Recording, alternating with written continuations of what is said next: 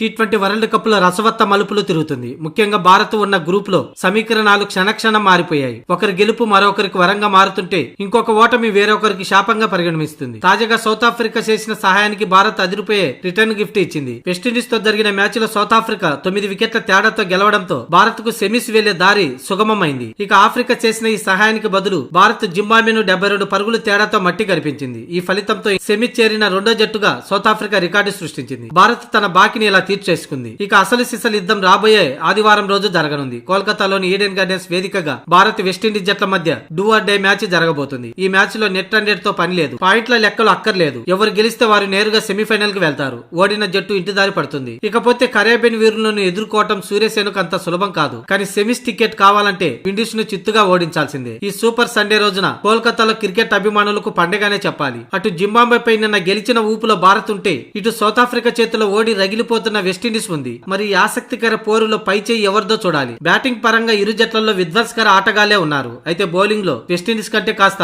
టీమిండియానే పర్వాలేదనిపిస్తుంది. అయినా కూడా ఈ మ్యాచ్ కోల్కతాలో జరుగుతుండడంతో పిచ్చి స్పిన్నర్లకు అనుకూలిస్తున్న నేపథ్యంలో టీమిండియాలో ఒక మార్పు చోటు చేసుకునే అవకాశంగా కనిపిస్తుంది. ఈ మ్యాచ్ కు కుల్దీప్ ను తుది జట్టులోకి తీసుకునే అవకాశంగా ఉంది. మరి అతడు జట్టులోకి వస్తే ఒక ఫాస్ట్ బౌలర్ ను తప్పించాలా లేక ఒక బ్యాట్స్మెన్ ను తప్పించాలా అనే ఆలోచనలో టీమిండియా మేనేజ్మెంట్ ఉన్నట్లు తెలుస్తుంది. ఇందులో భాగంగా నిన్న జింబాబ్వేతో దూబేకి ఇచ్చిన తొలి ఓవర్లు 26 పరుగులు వచ్చినా అతనికి మళ్లీ రెండో ఓవర్ ఇచ్చారు. ఎందుకంటే కోల్కతా పిచ్చిపై అతడు మూడో ఫాస్ట్ బౌలర్ గా ఉపయోగించుకోవాలనే ఉద్దేశంతో మేనేజ్మెంట్ అలా చేసిందని చెప్పుకోవాలి. అప్పుడు హర్షదీప్ సింగ్ ను తప్పించి అతడి స్థానంలో కుల్దీప్ ను తీసుకోవాలని ప్లాన్ వేసినప్పటికీ అది విఫలమైందనే చెప్పాలి. ఎందుకంటే దూబే 2 ఓవర్లలోనూ విఫలమయ్యాడు. దీంతో టీం మేనేజ్మెంట్ ప్రస్తుతం అయోమయంలో ఉన్నట్లు తెలుస్తుంది. మరి కోల్కతాలో జరిగే ఈ మ్యాచ్ లో జరగబోయే ఆ ఒక్క మార్పు ఏ విధంగా ఉండబోతుందో టాస్ సమయం వరకు ఆగాల్సిందే. భారత కాలమాన ప్రకారం 1వ తేదీ రాత్రి 7 గంటలకు ఈ మ్యాచ్ ప్రారంభమవుతుంది.